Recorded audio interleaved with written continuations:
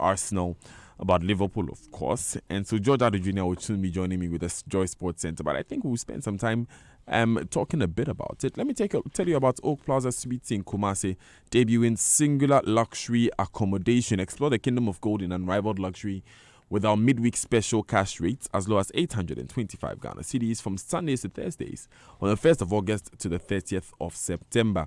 The Oak Plaza Suites in Asokwa, Kumasi guarantee comforts for business and leisure travelers. Discounts are as low as 50% and packages include a light breakfast. The penthouse suites have spaciously uniquely designed living rooms, fully furnished kitchenettes, cozy bedrooms, and a well-equipped health center.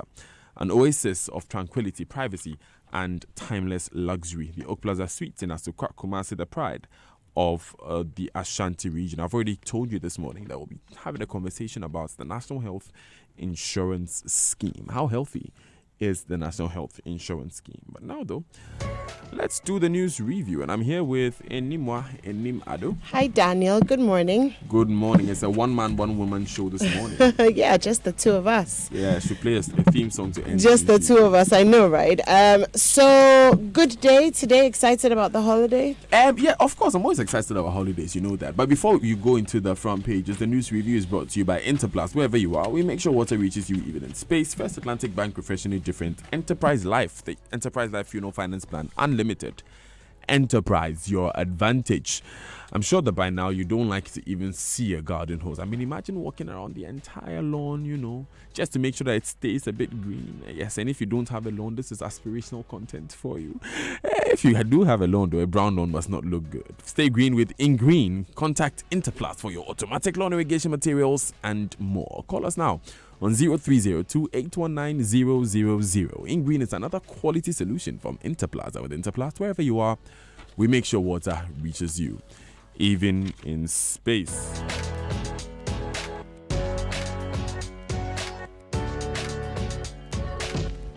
First Atlantic Bank is now closer to you and your business in Ashaiman. Welcome to our new branch as the light industrial area close to the Kufuor station. Visit us today for your financial transactions. There's the Atlantic Business Savings and Business Flex for savings needs, the Atlantic Trade Facility, ATF, for trade requirements.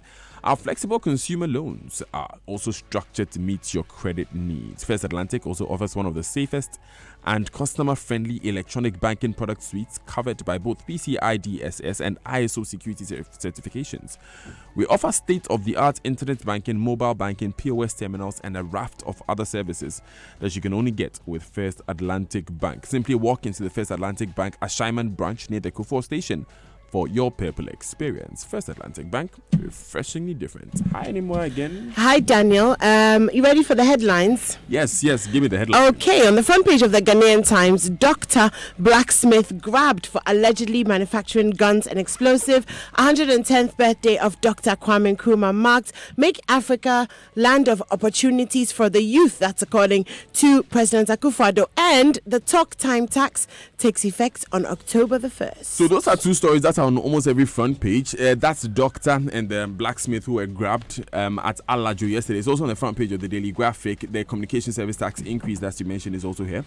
We welcome proposal for law on profits. Speaker, Mr. Speaker, that sounds my anointed.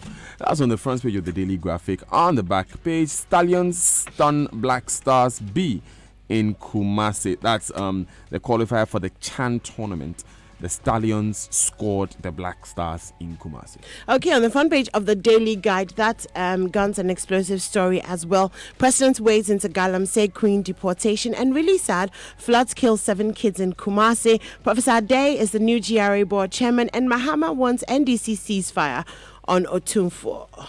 All right then. So, why don't you start with this doctor and this blacksmith who have been grabbed? Yes, well, apparently the medical director of the Citadel Hospital at Alajo in Accra, he's called Dr. Fred McPlam.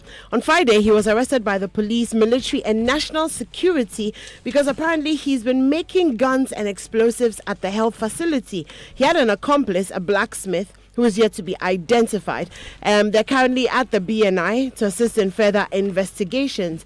Now, the Ghanaian Times is reporting this, and they have gathered that the suspects had imported heavy-duty state-of-the-art equipment for the manufacturing of guns, bombs, and explosives in the country, and had already actually begun production. So according to a source as well, 15 assault rifles had already been manufactured, and a stockpile of explosives were uncovered at a back room inside the hospital. Apparently, the medical doctor and his accomplice have been on the security wanted list for more than a year now, which is very, very, very this, the most disturbing part of that story. So this hospital is at Alajo, Citadel Hospital, and they are manufacturing guns in there and explosives, at Alajo, at Alajo, like just in the middle of town. You walk by the hospital, and apparently it was operating as a hospital, right. So they actually went there and even seized the medical equipment from the nurses and staff who were there. So I mean, it's very strange. I'm telling you, it's very, very strange. It makes. Not to sound alarming, but it makes you wonder. So when you're driving through town, what is actually going on? Especially that we can't see. And the hospital is supposed to be a safe space. And anyway, even more so. Exactly. Yeah. And apparently he has terrorist ties. Right. Yes. So imagine, look, maybe we watch too much movies, but imagine this. If there was ever an attack on the hospital, because there were 10 soldiers who just stormed the hospital, if that was ever the case, he could just hold the patients hostage. Yes. Because there's always a number of people in the hospital. That's a really good point. Anyway, it's all good now, I guess, on some level. Kudos to the security services for they've grabbed him. So good stuff there. What's your first story then? Anyway, remember Kwame Owusu, right? He was the head of the Ghana Maritime Authority. There was so much controversy surrounding him because apparently he spent some monies putting 11 air conditioners in air conditioning units in one house, and there were questions about conflicts of interest with him awarding a contract for an end-of-year party to his own hotel, and that end-of-year party costing so much money. Later, he was made the board chair of the Ghana Revenue Authority, which raised even more questions because he was still under investigation. And we spoke to Mr. Joseph Wittal, who is the head of Shraj, here on this show. We asked him, are you still investigating Mr. Kwame Owusu? He said, yes, we are investigating the man. And yes, he's been appointed. Yes, he's been appointed. Anyway, that debacle is over because Professor Stephen Adair is the new board chair for the Ghana Revenue Authority. So we all know Prof. Stephen Adair. He's currently the chairman of the National Development Planning Commission. He is one of the most effective rectors that GIMPA has ever seen, because GIMPA moved from, just a regular state institution to one of the most effective by 2008. It's now runs on almost no government subvention whatsoever, and is doing so well as an institution. So he has an amazing track record. Yeah, he has a great track record. He was a lecturer at Ashesi University, was teaching leadership there, and now he's board chair. But that's not the only change that we are seeing there. The Commissioner General of the GRA, Mr. Kofi Nti, I saw this man at Parliament. So Mr. Nti, come to studio. Oh, Daniel, I'll come. I called, and now he's gone. You see, he's gone where? He's not commissioner. He's retired. He's retired. He's retired. Okay. So now we have to chase a new person. So you can speak to him about the past. Oh, we want the commissioner to tell us about how we are taking tax. Amisha Shadai also answer, Commissioner for Domestic Tax Revenue Division (DTRD), becomes the acting Commissioner General, also responsible for DTRD. Mr. Osansa, good morning. We invite you to the Super Morning Show. Wow, look at you lobbying. Yeah, anyway, let's stay with taxes. Then we hear talk time taxes. Yes, and so users of telecommunication services, simply put, you will start paying the recently announced 9% communication service tax from October 1st. Now, for every 1 CD of recharge purchased, a 9% CST fee will be charged, leaving you with 91 pesos for purchase of products and services. And this will start on October the 1st. You know how it is when you know that petrol is going to go up, and so you go and fill your tank, and then you kind of buy yourself some time. You can't really do that, because even if you top up, obviously you'll have to top up again at some point, and October 1st it kicks in. So we're going to do that. So what that means is that when you buy 1 CD credits, you actually buy 93 pesos 91. 91 pesos 91 pesos, yeah. For the cost of 1 CD. Yes, indeed. And I'm surprised, actually, because these days data is just so expensive, and it just runs. Data in Africa is always it just very runs. It's crazy. It's not really helping my Netflix career at all. But I have a really sad story, Daniel. Really, really sad story about 4 children who have drowned this weekend. Well, apparently they're pupils of Mana International School in Kumasi. And what happened was that they went swimming on Saturday morning. 4 boys between the ages of 11 and 13. And around 4:30 p.m., they were seen floating in the stream by some passers-by. They've taken their bodies to the morgue. They haven't been identified yet by their parents or their guardians, but they are gone. And it's really, really, really sad this morning. Terrible stuff there.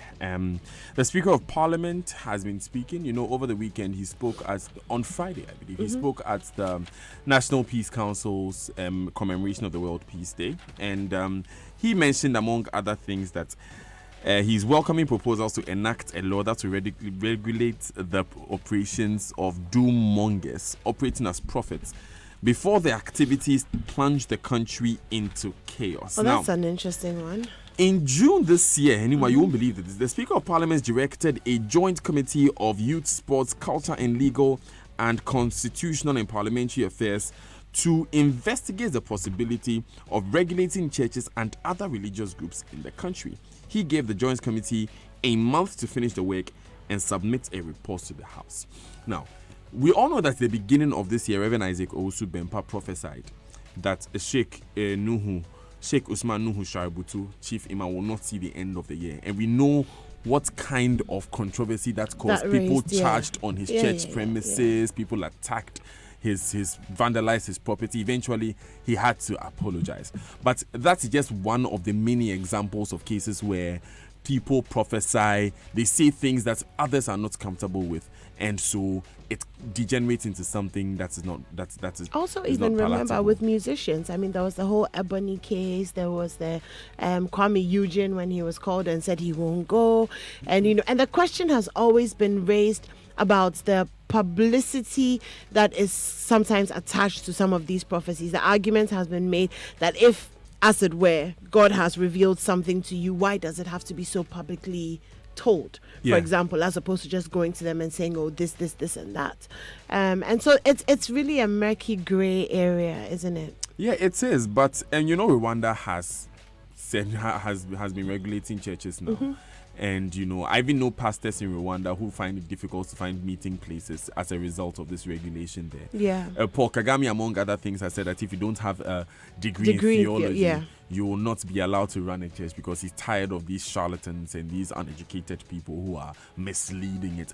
To an extent, I think that people don't take church seriously enough, and so they don't feel like you need a sharp mind to engage God and have this kind of but it's also a perception of God as Ghanaians. Sometimes we kind of put our minds aside and completely make exclusive the spiritual side of things. Another thing that is really sad when it comes to this whole thing is I heard one of the major bishops in town now a few years ago. I heard him speak about the fact that it looks like he has a Bible school, and he was telling a story of how parents had come to come and look for admission at the Bible school, and the parents had said, oh, we tried this and it didn't work, we tried this and it didn't work, we tried this, so now we are trying the Bible school to see if that one will work. Like the failures. Exactly. But on the flip side of that, I remember when I interviewed Reverend August on I Survived, and I asked him the same question because he had failed so many times and then he became a man of God.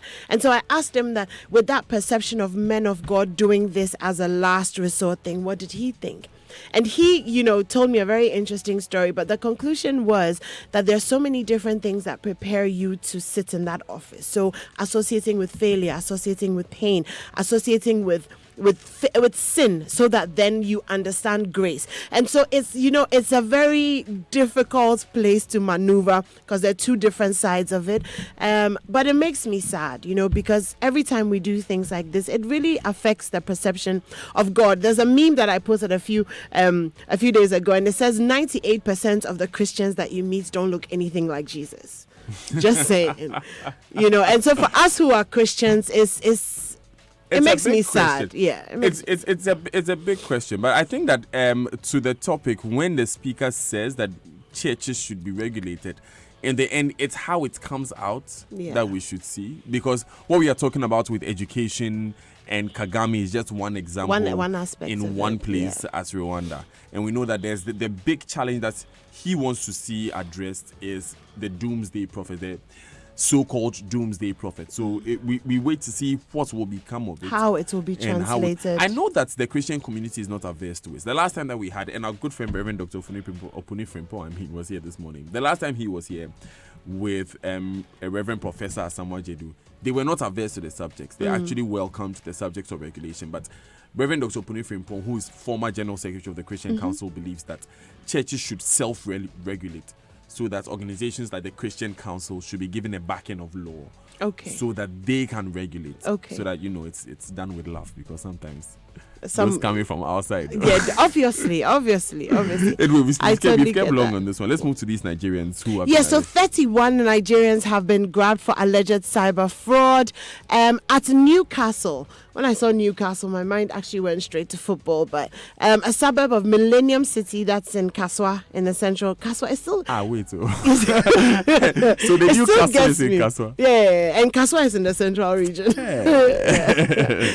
So the police have arrested the suspects. They're between the ages of 19 and 30. They were arrested on September 18th at about 6 a.m. Now, the police searched their room and found 11 assorted mobile phones, a modem, 22 computer laptops, and apparently they've been up to absolutely no good. So they're in custody now. The police have cautioned criminals in the area to desist from the activities or would be dealt with very severely. So that's the 31 Nigerians that have been grabbed for alleged cyber fraud. Let me take you to page 6 of the Daily Guide. Anybody remember Aisha Wang, right? Yes, sir. Of course. And this Galamsey queen who some time ago was facing criminal prosecution. At first, actually, after the war against Galamsey was raised to a certain crescendo, and a lot of voices were added to that fight, including that of Occupy Ghana, Aisha Wang was arrested, and then she was facing immigration charges. So Occupy Ghana, I remember very well, wrote a letter to the Attorney General asking why. That there are much stiffer punishments that stiffer. I was going to say stiffer and steeper, and then stiffer. It's some way. Yeah. So there are much stiffer punishments. Amen. That can be used against Aisha Wang. Why is she being brought on an immigration charge? And then that famous statement that Yao Safumafu made. Yes. When he said that China is a very important trade partner with Ghana, and you won't get anything when we jail Aisha Wang. Yeah. I mean, that was a moment. Yes, but that was not the end of the Aisha Wang story for us. Remember when we interviewed one of his lieutenants here on the show, Chris Adukufo, and he was describing for us how, to an extent, he was arrested, tried, sentenced to jail. Next thing he knows, he's sitting by Aisha Wang in a vehicle. I mean, that's all. Yeah. I remember after that interview, I played Gangster's Paradise because I felt like I had watched a movie. Yeah. It sounds like a movie. Yeah. Because you see how people are jailed and then suddenly they are freed. But I mean, are we serious? You know what? The president is asking that same question. He says he thinks the decision to deport, and I'm quoting him, I think the decision to deport Aisha Wang on hindsight was a mistake. And that is why that process and procedure is being stopped. My question is that she's gone. So when you say the process and procedure is being stopped, are you going to try and bring her back? Can we bring her back legally even? And what is the point at this point? Is it just to prove a point? Is it to actually punish? What exactly is it for? Okay, so there was a lot of points at the points there. But what I think this could achieve could be that some people believe that she could come back, even though she has been deported. Yeah. She can find a way back into the country. So at least if she's in jail here, then we can keep an eye on her. Yeah, we know where. Right, I see. They say, friends, you keep your enemies closer, your friends close, and your enemies closer. Yeah. Okay, I guess that makes sense. Exactly. Are we moving away from that? Because I want to talk about Liverpool for a second. Yeah, please. I hear they've gone 15 games unbeaten in the Premier League. Yes, you will never walk alone. I've moved away from Liverpool, but you know what they say about old love. So yes, and Arsenal did really good as well. Somebody was trolling Arsenal on social media, and they were like, Arsenal are being very measured in their celebrations because you can't come and be over celebrating because you people, dear, we don't know when. So you just celebrate. And good morning, Annie Osabuti. I haven't seen any comments on Arsenal since yesterday because I'm like, yeah, okay. So you guys are. You know what they say about Arsenal fans, right? What? You can never break his heart. You can. I mean, they've been through the rest. They have been. It's amazing, and they are so loyal. Yeah. So loyal. Yeah. It's like the greater good. You want to be married to an Arsenal fan. It's like when Hosea married the prostitutes, you know. It's like regardless. It's like, you know, actually, it's like Jesus Christ's love for us, isn't it? Arsenal, they are fun. Good morning, Papaya. Sorry, lead producer of the Super Morning Show. Then that's support Ajima Bedu of Occupy Ghana.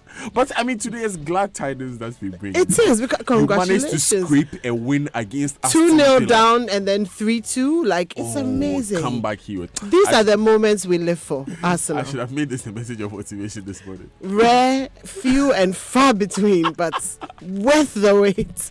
So congratulations to them. I mean, it's such an interesting. I saw so many interesting conversations yesterday on social media. I'm thinking we should spend some time talking about it. Probably. Yeah, Probably. Maybe we should. Anyway, it's 7 minutes to the top of the hour. What we're going to do is we'll take the online news preview in just a second, but it's brought to you by Zenith Bank in your best interest and Goyle Good Energy. Make your day productive by relying on quality fuel from Goyle, your 3-time CIMG Petroleum Company of the Year. Goyle Super XP and Diesel XP are additivated to enhance strong engine performance and prolong the lifespan of your vehicle. Above all, they are guaranteed extra quality with their fuel analyzer from our mobile laboratory van. Get your money's worth every day by buying fuel and lubricants from any of Goyle's 360 service stations nationwide. And experience good energy by Goyle. Go Ghana, Goyle. Good energy, Goyle. Yenara, Yedia. Now the Zenith 14th anniversary health walk is finally here. It comes off this Saturday, September 28, 2019.